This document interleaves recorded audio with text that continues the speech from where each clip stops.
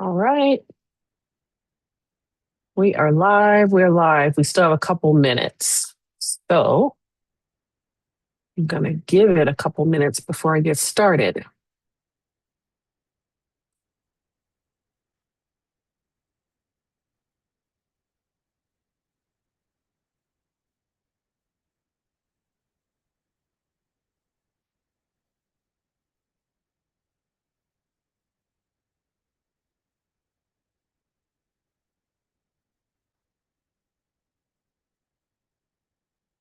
Just going to give it a couple minutes and let people join. And then I will share my screen. But feel free to talk to me in the chat if you're watching. Hello, hello. I will get started in 1 minute.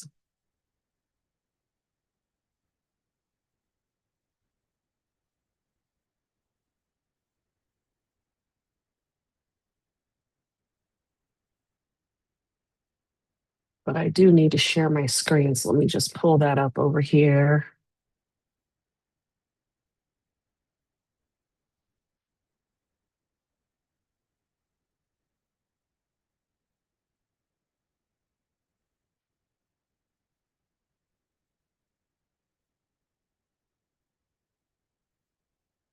Uh-oh.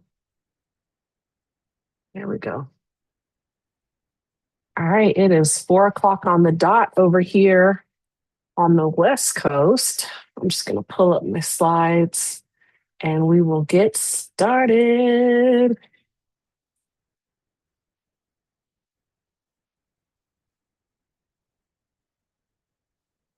How are you doing tonight?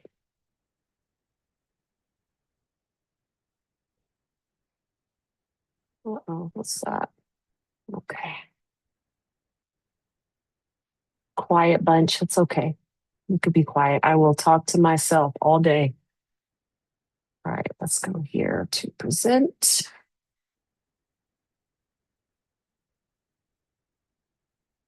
All right, I need to share the screen now.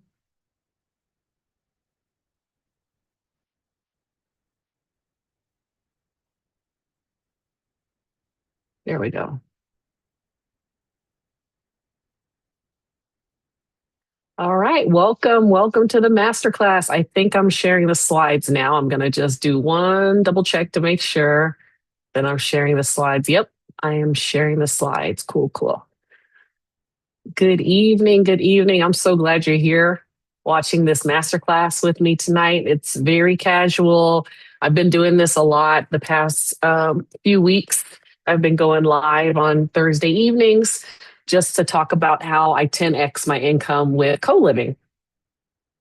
So my name's Katrina, and this is a free masterclass on how to 10x your income with co-living. So what I'm going to talk about today is the opportunity and the growth of co-living, the profit potential, and how to open your group home in 6 steps. And also, I'm going to show you how I can help you to open your group home in 6 weeks. So I will give you an invitation to join my Startup Intensive coaching program. And then I will also give some time for Q&A. So let's get it going. What is co-living? Oh, let me move this out of the way. Okay, there we go. So some people call it a group home, and then some people call it co-living. What I'm talking about today is independent shared housing for adults. So it's taking a residential house and then renting it out by the room or by the bed. So it could be 2 beds in 1 room, and it's all inclusive. So that means that utilities are included. So what's the difference between that and assisted living? I get that question a lot. The difference between what I'm talking about today and assisted living is that with my independent co-living, services are not included. When someone stays at an assisted living facility, then they get services that take care of their activities of daily living, ADLs. You hear that a lot in this business. ADLs, that's activities of daily living. So activities of daily living are things such as feeding, toileting, bathing, medication management, those kinds of services that are medical services are called activities of daily living services, ADLs. So if you have an assisted living facility, then those ADLs are taken care of. What I have is completely independent living. I don't provide any services, whether they're medical or non medical. Now, recently, Texas did pass a law where they defined group home. And a group home actually does provide non medical services. So, according to that new definition, I don't even have group homes. I just have shared living. I have co-living houses, and that's what I teach other people how to do. Is to take your same old residential house, and instead of renting it out as the whole house, you rent it out by the room. Let me just, I thought I saw a question pop up. Let me just make sure. Okay, cool. If you have questions, throw them in the chat. I promise I will get to them. Okay, so assisted living has patients, but group homes, like what I have residents. They're actually tenants because I have them sign a lease, but you don't have to have them sign a lease. There's actually several ways you can handle it. You can have them sign a regular old lease where they're tenants, but I don't call them tenants. I like to call them residents because I want them to understand that they could be put out if they don't follow the rules. So you have the regular old lease, and then you have a licensee agreement, which a lot of shared housing uses, and then you have membership agreements. So neither one of those is a lease. What I use is a lease, and I'll tell you why a little bit later on, why I put everybody on leases. I used to have some people who were on leases and some people who were on licensee agreements, but now all of my people are on leases. So what about people who do need help with their activities of daily living, but maybe they cannot afford assisted living? Actually, I can house those people, but my business does not provide help with ADLs at all. So if they need help with their activities of daily living, then that work is outsourced. So a third party comes in to provide that help. That's where home health companies come in, or provider hours. You'll hear that too. Sometimes people have what's called provider hours on their insurance. So they have some hours and some money that's set aside for someone to come in and help them with small things. For example, I've had a guy before in my house who needed help with doing his laundry because he just couldn't make it into the laundry room for whatever reason because of his physical limitations. So he had a limited number of provider hours on his insurance. And there was a woman who would come in and do his laundry for him. And she would kind of tidy up his room and cook for him and things like that because he had provider hours. But my company did not provide that. If my company were to provide that help, now that's something that needs to be certified and licensed. And what I teach and what I have is unlicensed facilities, unlicensed co-living, independent living homes. I used to call them group homes, but now that there's a new definition of group home, they're really just shared living houses. All right, if you have questions on that, let me know. All right, so I have gotten the question about what is the difference and what's the benefit of doing this co-living thing versus doing a multifamily property. So you get a higher return on investment when you do this business model where you rent out the rooms rather than the multifamily property. And it's because there's lower maintenance costs than a multifamily. In a multifamily, you have multiple kitchens and you have multiple electric bills and all that. Whereas in my business model, you have one house, you have one kitchen, one set of pipes, all that stuff that you have to deal with versus a multifamily. Now you've multiplied the number of different systems you have to maintain. Also, there's better loan options with doing this co-living situation rather than a multifamily or commercial property, because with this business model, it's just a regular old house. So you can get a fixed interest rate loan for 30 years on a co-living property because it really is a single family home, but you're renting it out by the room as if each room is like an apartment. But each room is just a room. You're renting it out separately and everybody shares the common areas.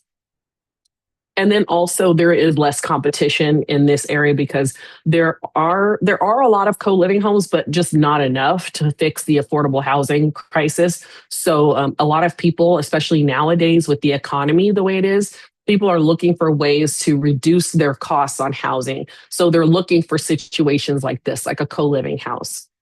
And then also with co-living, you earn 10 times the amount of income versus a regular single family home. And I'm going to show you that in a slide that's coming up.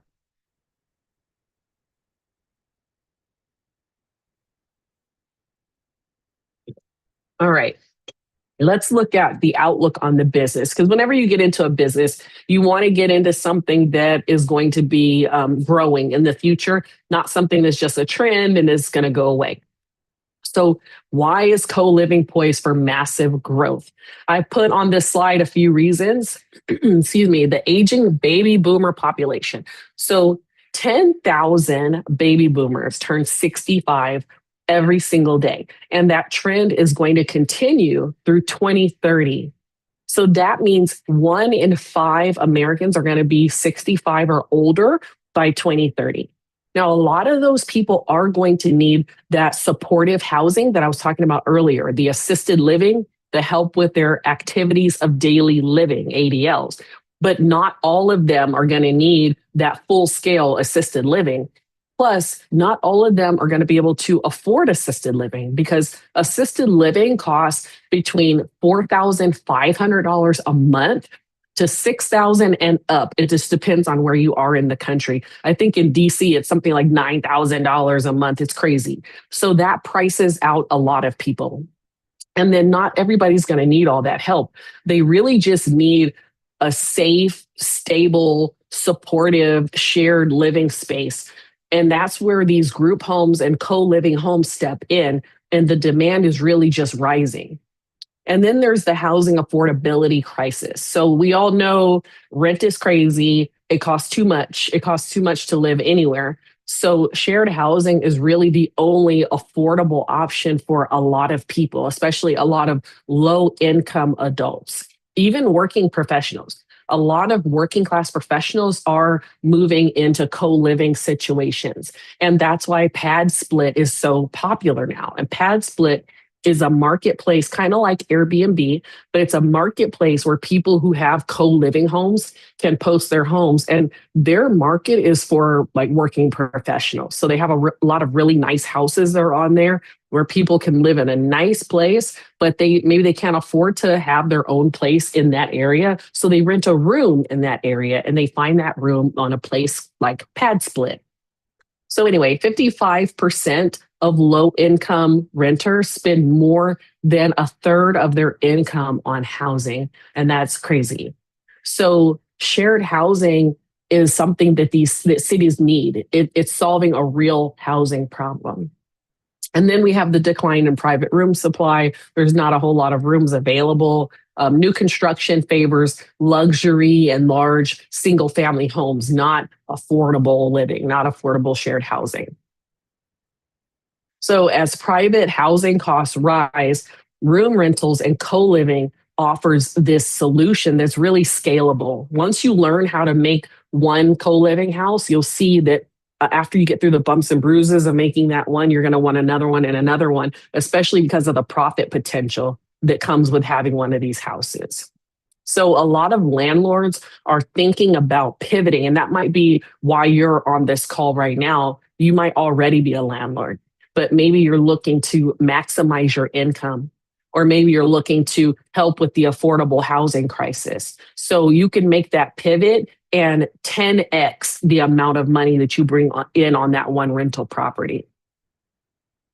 And then lastly, we have social isolation and mental health. So some people, a lot of people have mental health challenges, or they have mild disabilities or substance recovery issues. And often those people thrive in structured and shared environments. They don't need to be by themselves. They need to be around other people. They need that community. So group homes and shared living homes, like what I am teaching, independent housing, gives them that community that they need. It's not just a roof over their head. So the power of this model is in both the profit and then also the purpose, because you're really helping with society. You're meeting a real need for society. And 1 in 4 adults in the United States lives with a disability or a mental health condition. So when you combine all of these things that I show on the slide here, you see that co-living in independent group homes are not just a trend. It's something that is going to continue to grow in the future. Let me see if I have any questions or comments. No, no, no. Okay, good. We're rocking. We're rocking. We're rolling. I got my Fresca. Okay.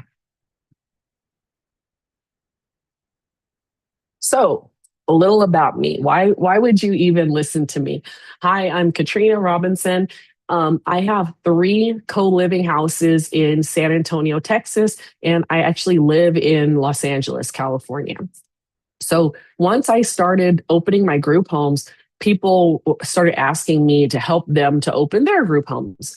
And because of my experience in the military and management operations and documenting things, I, of course, documented all my processes. I went down the YouTube rabbit hole, YouTube University, and learned all about how to open a group home, documented everything, created a checklist for myself.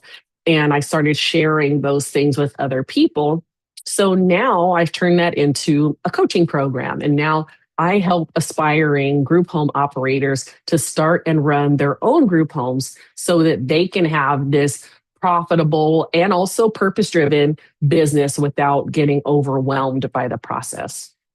So I opened my first group home 5 years ago. It was in 2020, and I was looking for a side hustle. I was looking for something that would bring me the most profit, but with the least amount of work. It's not that I don't like to work. I'm kind of a workaholic. I was in the military before, and I'm always into some kind of side hustle. And I've been to Iraq, I've done all that stuff, but I wanted something that was kind of passive, not completely passive, because this is definitely not passive. I don't tell people it's passive income, but it's very systemized.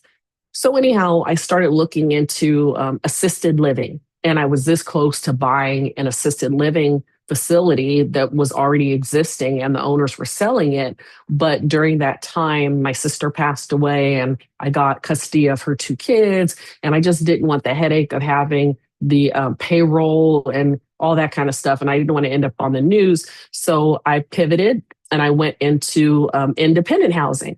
And so here we are 5 years later. I have 3 of them. I started stacking money from the first one. I bought the second one. I stacked money from that one. And I bought the third one. And now I teach other people on how to do it. All right, let's get into the profit potential. I'm going to do a real quick check to make sure you guys can still see my slides. Because the last time I did this part, people were like, are you showing something? So let me make sure real quick. Yes, yes, yes. Okay, great. So on the left-hand side, we have this typical single family home. Oops, didn't mean to do that. We have a typical single family home. And let's say we're renting out that house for $2,000 to somebody, but our mortgage on the house is $1,800. So, and this is typical, the numbers might be a little bit different, but typically people who own properties, real estate investors, make about $200 a month profit. So this is very respectable and this is very typical, but let's compare that. Let's compare that regular single family rental to a co-living rental. So we're going to turn that, this is a 4-bedroom. We're going to turn this 4-bedroom single family rental into a 4-bedroom co-living rental. And we're going to do all shared rooms. So if we do all shared rooms, that means we have 8 beds because we're putting 2 beds in each room. So 8 beds, and let's say you're charging $500. Now, $500 is very low. It's very low, but it depends on where you are in the country. Maybe if you're like in middle America or something, maybe 500 is normal, but most places it's about 650, 700 for a shared room. So let's be very conservative and say it's 8 beds at $500 a month. So that's $4,000 gross. Now, $4,000 minus 1,800, because remember the mortgage is 1,800. So subtract 1,800, that gives you 2,200. If you compare 200 to 2,200, what is that? That's 10 times as much money. That's 10x. This is how you 10x your income, by switching from single family rental to co-living rentals. This is how you 10x your income. And you help people at the same time. So let's take that same house, and instead of $500 a month, let's charge people $600, which is a little more normal, but it's really about $650 nowadays. But let's say $600. So your gross is $4,800. Subtract that $1,800, which is your mortgage, remember? So now you're making $3,000 a month. Now let's do something that's a little more realistic, and let's say you're charging $650. You're going to end up with $5,200 gross minus $1,800. That's $3,400. But wait, didn't you say that this is all inclusive? This is all inclusive, meaning that we're covering the utilities. So electric, gas, water, internet. Yes, I did. I said that. But even if you deduct the cost of the utilities, you are still bringing in more than 10 times the amount of a single family home, because this is more realistic here. Charging $650 is more realistic than that $500. So you are still, if you subtract the cost of electric, gas, water, and internet, you are still making 10 times as much money as you would if it was a single family home. When I opened my first house, it was 15 beds. Not 15 rooms, but 15 beds. Okay. So I had multiple beds in different rooms because 2 of the rooms were double size. It was a humongous house. So 15 beds. I started out charging $560 per bed per month.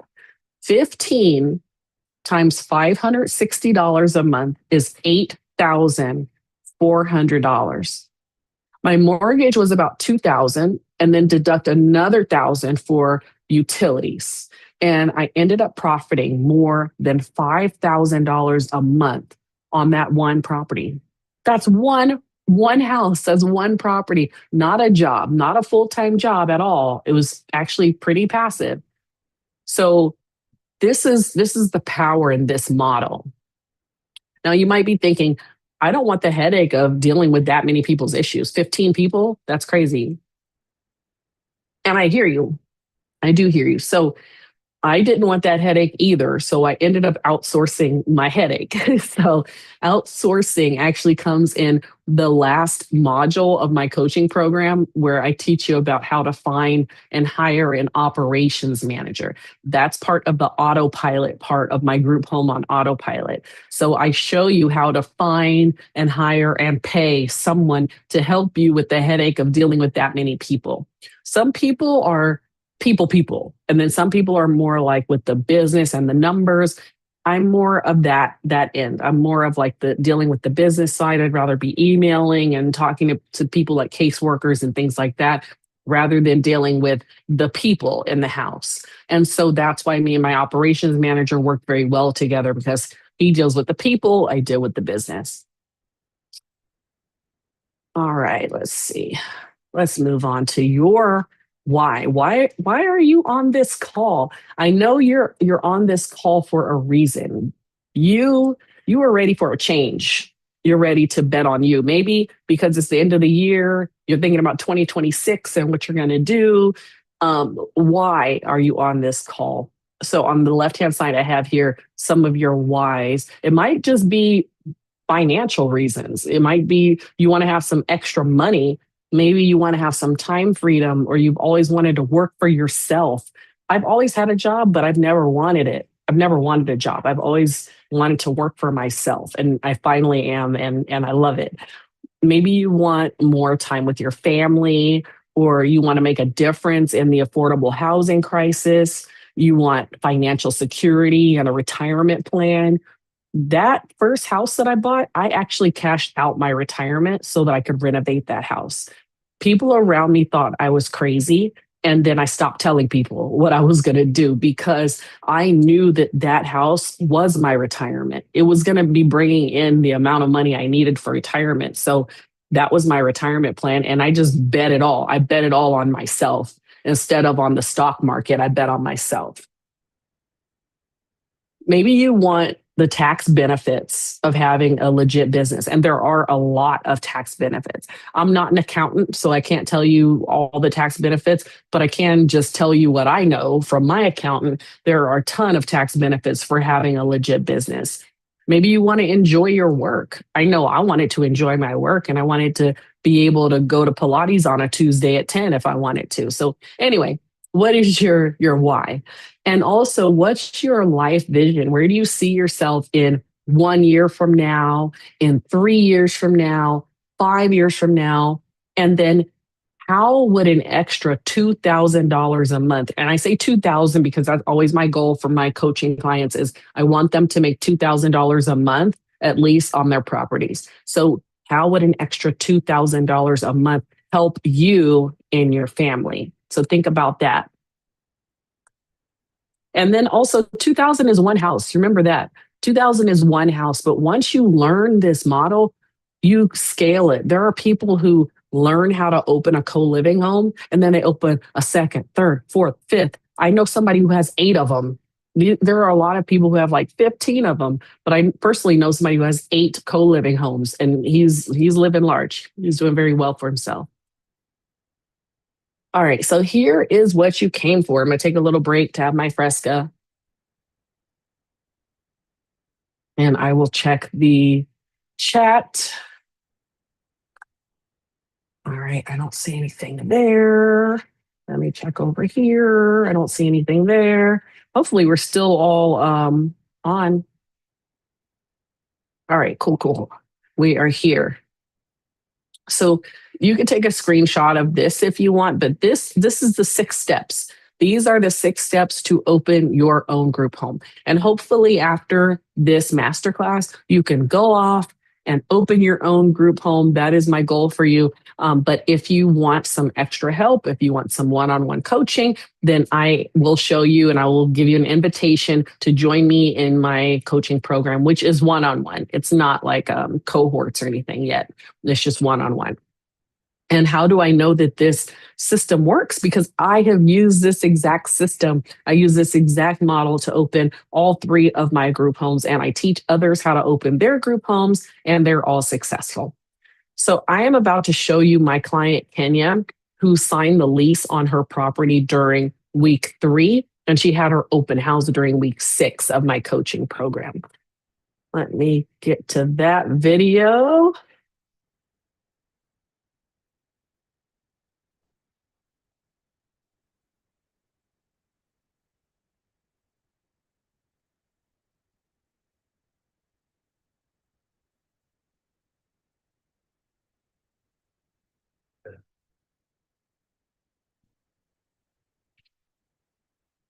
Now, Kenya does not own that house. That is a rental. That's a rental. You do not have to own a house to do this business. Okay, so the first step of the 6 steps is mindset. The first step is to get your mind right. You need this positivity and determination and a CEO mindset. You have to have it in your head that you are going to open this business and it is going to be successful. You can't go in like, I don't know if this is going to work. I don't think this, I don't think that. You got to get that negativity out of the way and work like a CEO. This is a business. So you got to be decisive and strategic and growth oriented. This is about using your calendar, outsourcing the things that you don't need to do yourself, and being obsessed with your win, whatever your win is. And also it's about thinking, who can do that for me? How can I pay for a shortcut instead of I have to do this, I have to do that? No, I just need to get it done. So it's about that kind of thing. And also doing some market research. We do a little market research in module 1, but we do the bulk of it in module 2. Module 1 is also about systems. It's about not reinventing the wheel. Basically going over everything that I have done in my business and implementing it into your business. All right. Number two, step two is market research. It's the business part. You're setting up your business. So, market research, all of the legal things, tracking expenses, and the census. The census is who's all in what beds, and also your business plan if you choose to have a business plan. You don't need one.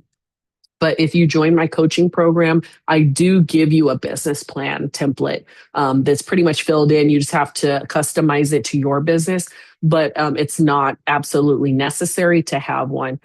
And then for the market research, you want to look up two things. Okay, for the market research, you want to know the cost of properties in the area, whether you're buying or renting. So if you're going to be renting, look at how much is a property that is at least 4 bedrooms and 2 baths in your area. And the same thing if you're buying, like how much is the property going to cost you? And then the second piece of the market research is you need to know the cost of a bed in your area.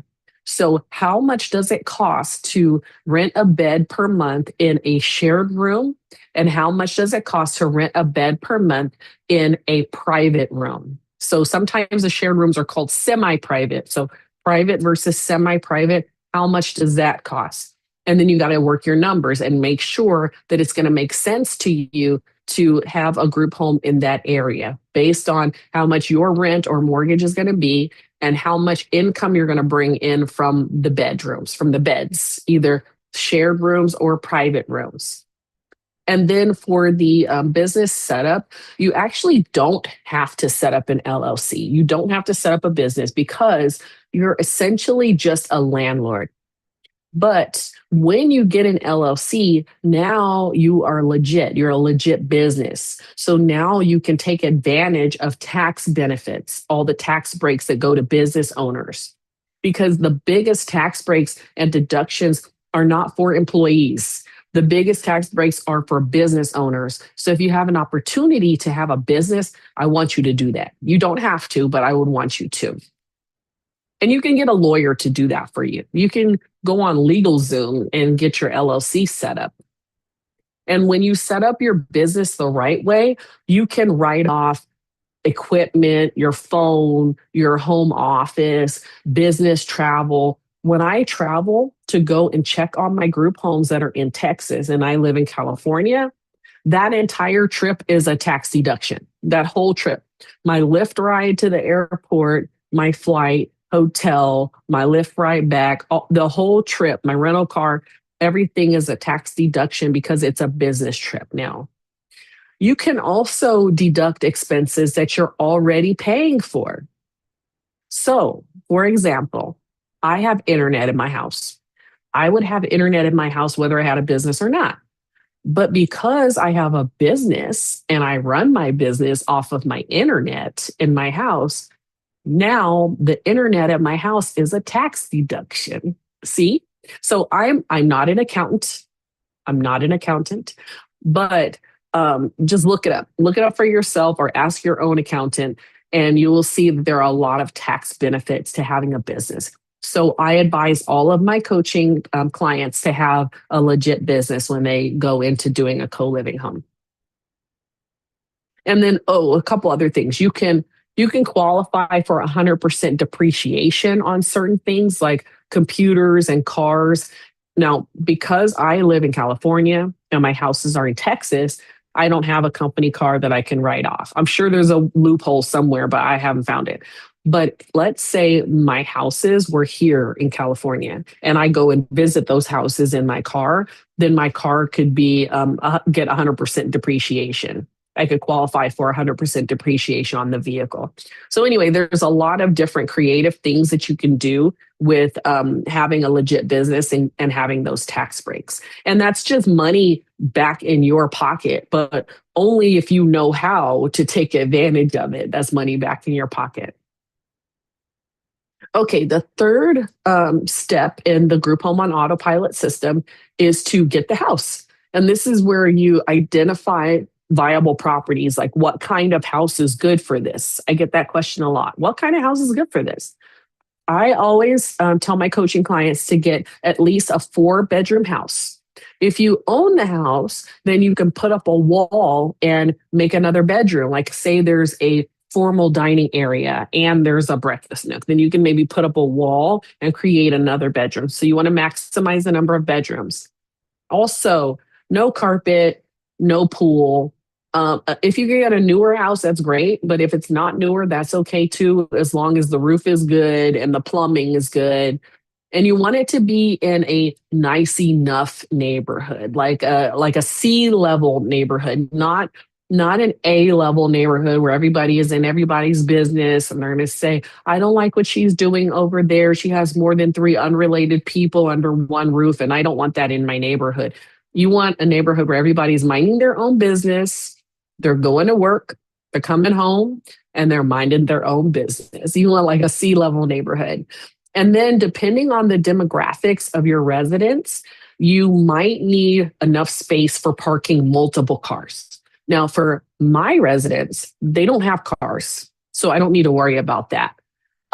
So I also advise close to public transportation. And again, it kind of depends on your demographic, but in general, whether they have cars or not, it's good to be close to public transportation and stores and civilization, banks and all that. It's good to be close to that kind of stuff.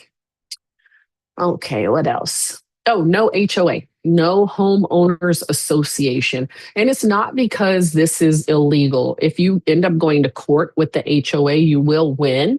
It's just that you don't want that headache. Like, you don't want that. If the HOA is going to give you a hard time, then just don't get a place that's in an HOA.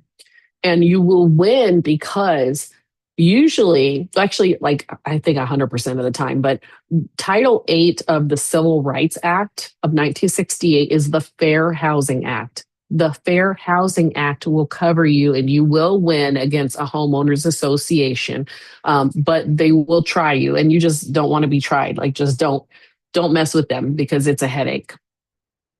So like I said before, you can do this business in a rental. You do not have to buy a house. In my coaching program, I teach you how to find landlords that might be willing to rent to you for this type of business. And I also give you a script. I give you a script to use to reach out to landlords, and not just landlords. You also want to reach out to people who have houses for sale by owner. FSBO, for sale by owner, because people who have houses that are sitting on the market for sale by owner that have been sitting for a long time are open to creative ideas because they're tired of their house just sitting on the market. So that's another type of people to reach out to, is people who have houses for sale by owner, FSBO, and then also people who have rental properties out there who might be open to this. And I give you the script in my program. Oh, and before I move on, I should also tell you there's a lot of different ways that you can pay. You can pay for getting a house like this. Like any house, there's a lot of different ways that you can pay for getting a house.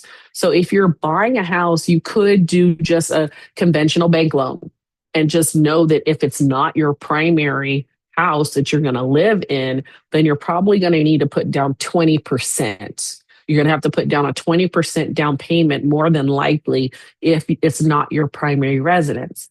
Now, you could do something like house hacking, where it is your primary residence. You move into the house, you put 3% down or 0% down if you're a veteran like me, put 0% down, live in one of the rooms, rent out the other rooms, and then move out of that house and rent out the entire house. And then you can refinance out of that VA loan into a conventional loan. So that's one way to do it. Another way to do it is a DSCR loan. DSCR loan. That's a debt service coverage ratio loan. That kind of loan takes into account the amount of the property's cash flow. So if you can show the bank, and you have to have good credit, of course, for this, but if you can show the bank that your property is going to make this much money per month based on your business model, and that income is going to cover the mortgage amount, then you may qualify for a DSCR loan, debt service coverage ratio. So that's another way. Another way to pay for a house is using OPM, other people's money. You could use other people's money. You could do like creative financing, like seller financed or a subject to loan. Some people call it a subject to loan. There's also partnerships where you bring the knowledge and they bring the money. So there's a lot of different ways that you can get a house. And then, of course, you don't have to buy. You can rent. You can rent the house. All right, moving on to step 4. So step 4 is the most important step in my opinion. Because if you don't fill the beds, it's marketing. If you don't fill the beds, then you don't have a business. So you have to keep your beds full. Now, how do you fill the beds? That's the question that I get a lot. You have to do a lot of networking and connecting with caseworkers, placement agents, and people who need housing. You can do email campaigns. And by the way, in my coaching program, I give you 101 ways to fill your beds. So I go over the marketing materials you need, how to do an open house event, a $50 open house event. It's not even expensive. And how to network with people, how to find people on LinkedIn and on various websites for people looking for rooms. And then also, there are a lot of social organizations that help people find housing. So you want to list everywhere. You want to cast a wide net and list on all available platforms. So you can, if you got a 4-bedroom house and you're going to put 2 beds in each room, that's 8 people. That's only 8 people that you need to find to fill your beds. And I know that you can find 8 people with all of the ways, 101 ways I give you to fill your beds. I know that you can find 8 people.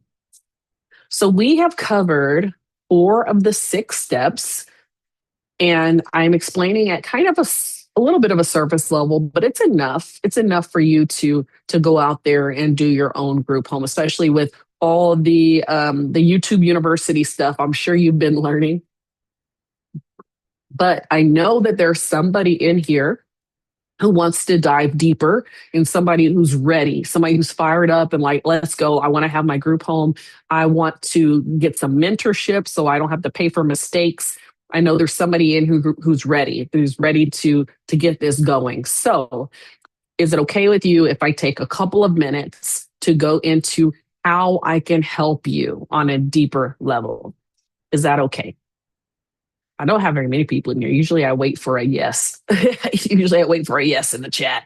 I don't have anybody in here, I don't think. Somebody give me a yes. And then I will go into the coaching program before we wrap this up with the last 2 steps. Shy people. Okay. Oh, you know what? There's a lag on YouTube. I forgot.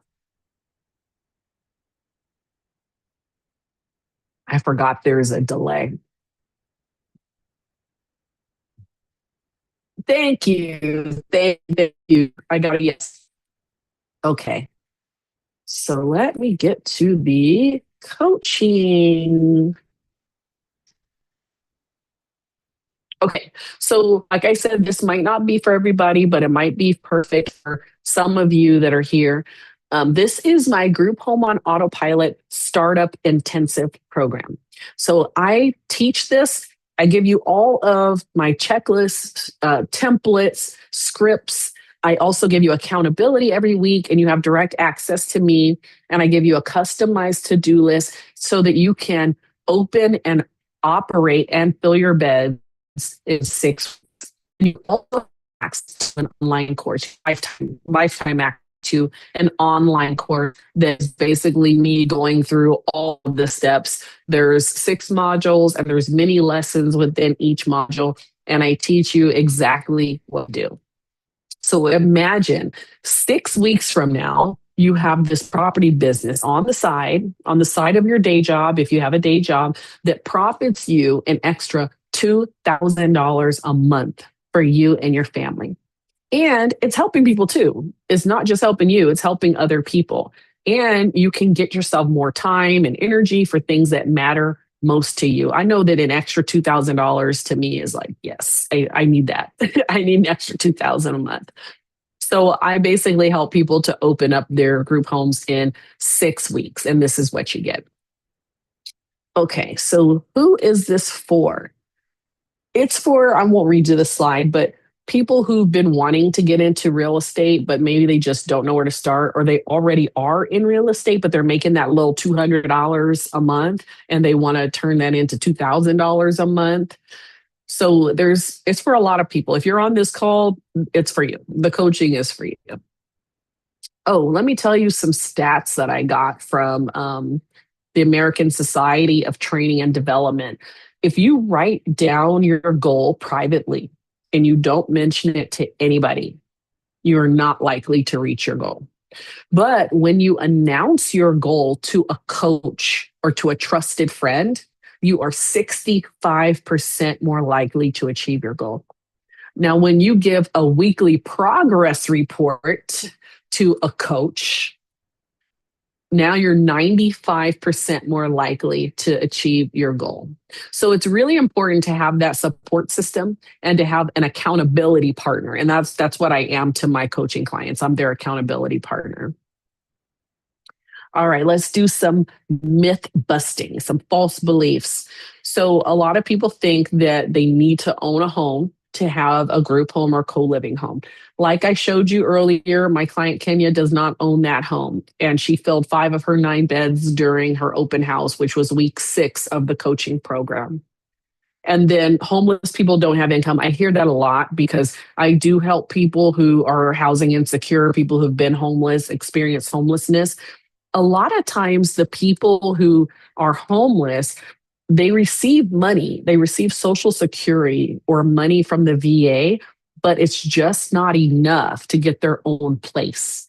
And also, a lot of working professionals are also considering co-living now too. But a lot of times people do have income. It's just not enough. It's not enough for them to get their own place and also pay for internet, electricity, water, and all those things. So they just need to pay one low monthly rent and have all inclusive housing. And they don't mind sharing the house or sharing the room because they're taken care of. Running a group home will be a full-time job. So not the way I teach it.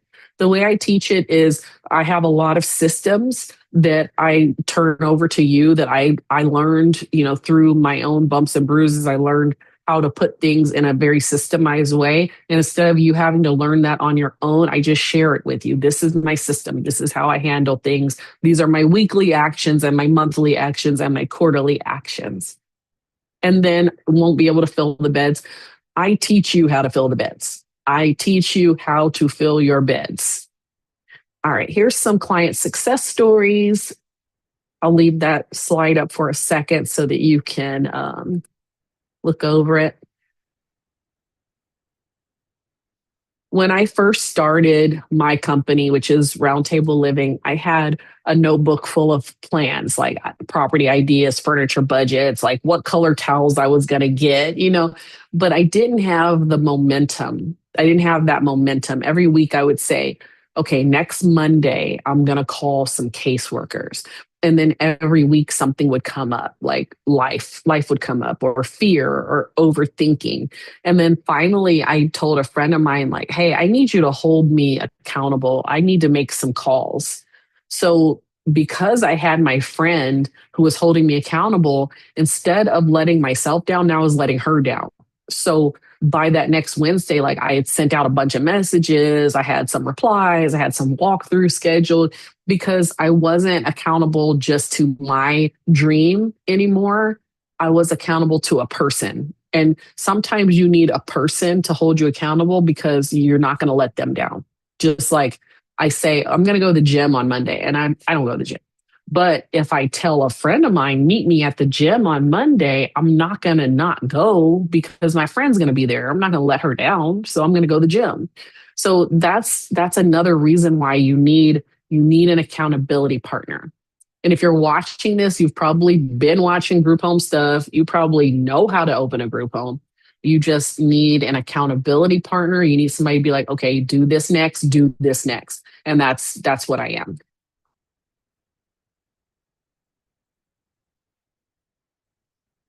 Okay, so what is your investment? My startup intensive includes, like I said, it includes one-on-one coaching calls. So it's 6 weeks of one-on-one coaching, all of my scripts, documents, templates, and lifetime access to the training modules. And it is $4,500. That's your investment. But if I'm teaching you how to profit $2,000 a month for the rest of your life, how much is that worth to you? Implementation requires that you pay. You can either pay for mentorship or you can pay for mistakes. That's my mic drop. You can pay for mentorship or you can pay for mistakes. I used to think that knowledge is power, but really it's knowledge plus action equals power. So you need somebody to help you to take that action. I used to think that if I just had the knowledge that I could do it, but I need that momentum. I need that action. And so after stumbling for a while, I did pay for a coach, and that was a great idea. The only problem was that coach had never opened a group home before. So that was kind of an amateur mistake for me to go with a coach who had never opened a group home before, because when you're an amateur, you're just like, oh, I'm going to get me a coach. But when you're pro, you ask like who, not how, like who can help me do this? Who is the right person? Because you need someone who's going to help you to execute. You need someone who's going to help you to take action. Execution beats knowledge every day of the week. Execution beats knowledge. Information alone is not enough. If you want to go faster and further, you need a coach who has been there, done that, still doing it, someone who can help you to execute.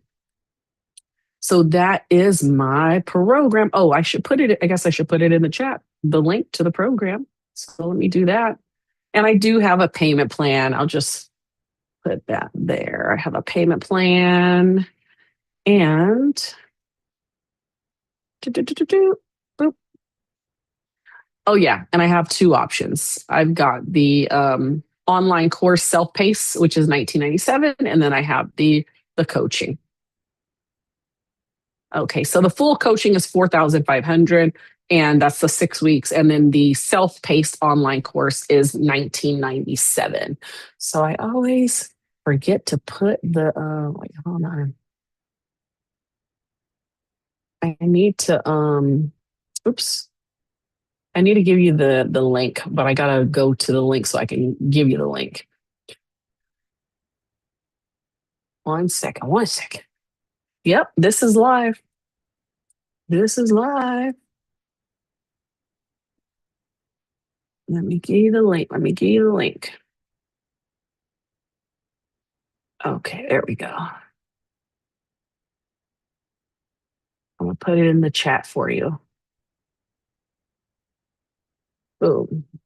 Okay, there's the link for that. And then I'm gonna give you the link for just the self-paced.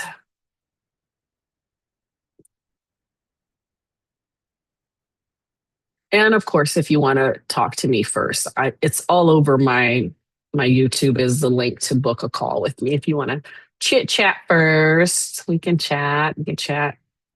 Okay, so for 2026, the price is not going to be $4,500. 2026, the price is going to be higher, but you get more.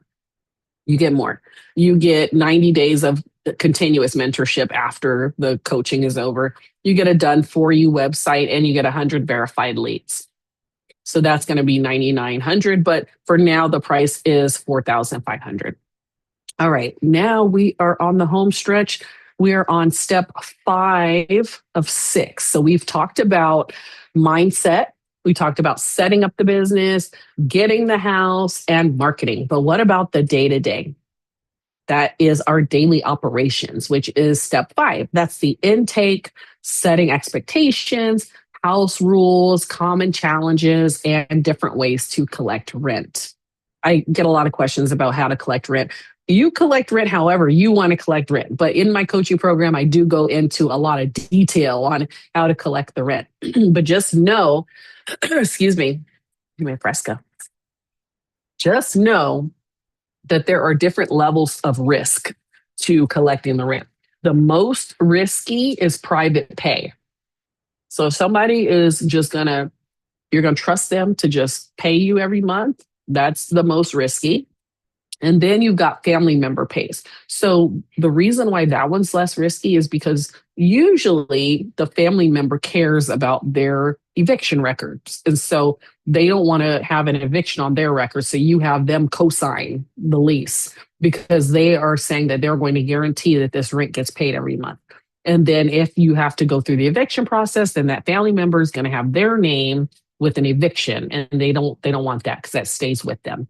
So that's less risky than private pay. Then there's something called a representative payee. A rep payee. So the representative payee is a company that will basically collect the person's money from Social Security and then pay you and pay the person their allowance. And then another way is that's less risky than that is you become the representative payee. So you would have to go through the Social Security office to become the person's representative payee. So you choose what payments you're going to accept and how you're going to accept. I use a tenant management system called Rent Ready. And Rent Ready has auto pay and has payment reminders. So that's another way that you can pay for a shortcut is just using something like Rent Ready instead of a bunch of spreadsheets and things like that. And also in step 5 operations, this is another way to pay for a shortcut is just get like a coach like this. If you get a coach who already has everything documented, house rules, intake questionnaire, lease, the signs to go up around the house, that's a way to pay for a shortcut too, because when you sign up for my coaching program, you get all of that. You get all of my scripts, documents, templates, everything that I use in my business. You get that in the coaching program. So now at this point, you've got the house open, you filled the beds, and you are pocketing money every month. So now what? Now let's get to the top of the pyramid and let's talk about what makes group home on autopilot different from every other group home training that's out there. And what makes it different is that I teach you how to scale. I teach you how to scale this business. Once you get through all the hard knocks and the learning curve of your first house, you'll fill it and you will be ready for your next house. But how do you do this? And how do you do this remotely? How do you pull yourself out of the business so that you're working on the business and not in the business? I teach you how to do this. I give you my toolkit and my tech stack. I teach you all of the resources and tools that make my life easier. So I give you the full list of the tools I use and how I use them to make this the easiest side hustle that I've ever come across. I give you your weekly and monthly actions. I teach you how to hire an operations manager. Basically, you're going to hire another you. You're going to clone yourself, hire another you. And I teach you what to look for in an operations manager, how to find them, and how to train them and how to pay them. I also teach you how to handle accounting in a very systemized way. So now I've covered all the steps, all 6 steps on how to open your own group home. And I hope that you've gotten something out of this masterclass. Again, I'll give you just a reminder in case you missed the first full invitation. This is my startup intensive, which is where I help people to open their own profitable group home in only 6 weeks. And your investment is $4,500. I also have a payment plan that is $2,399. And then a month later, you pay another $2,399. So you're investing $4,500 and you're getting back $2,000 a month for the rest of your life. I teach you how to scale. Now, in closing, I want you to think back to that vision that you have for your life.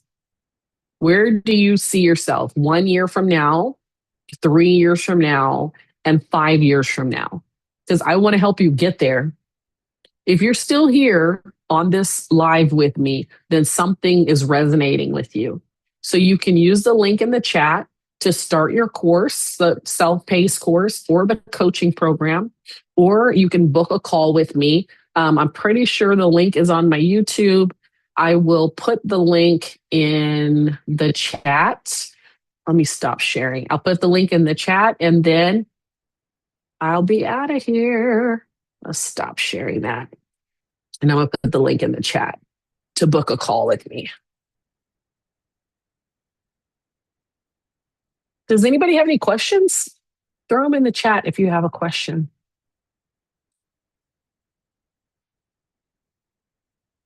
Okay, there it is. All right. I don't see any questions come. Actually, let me give it a minute. Let me give it a minute because on YouTube there is a lag.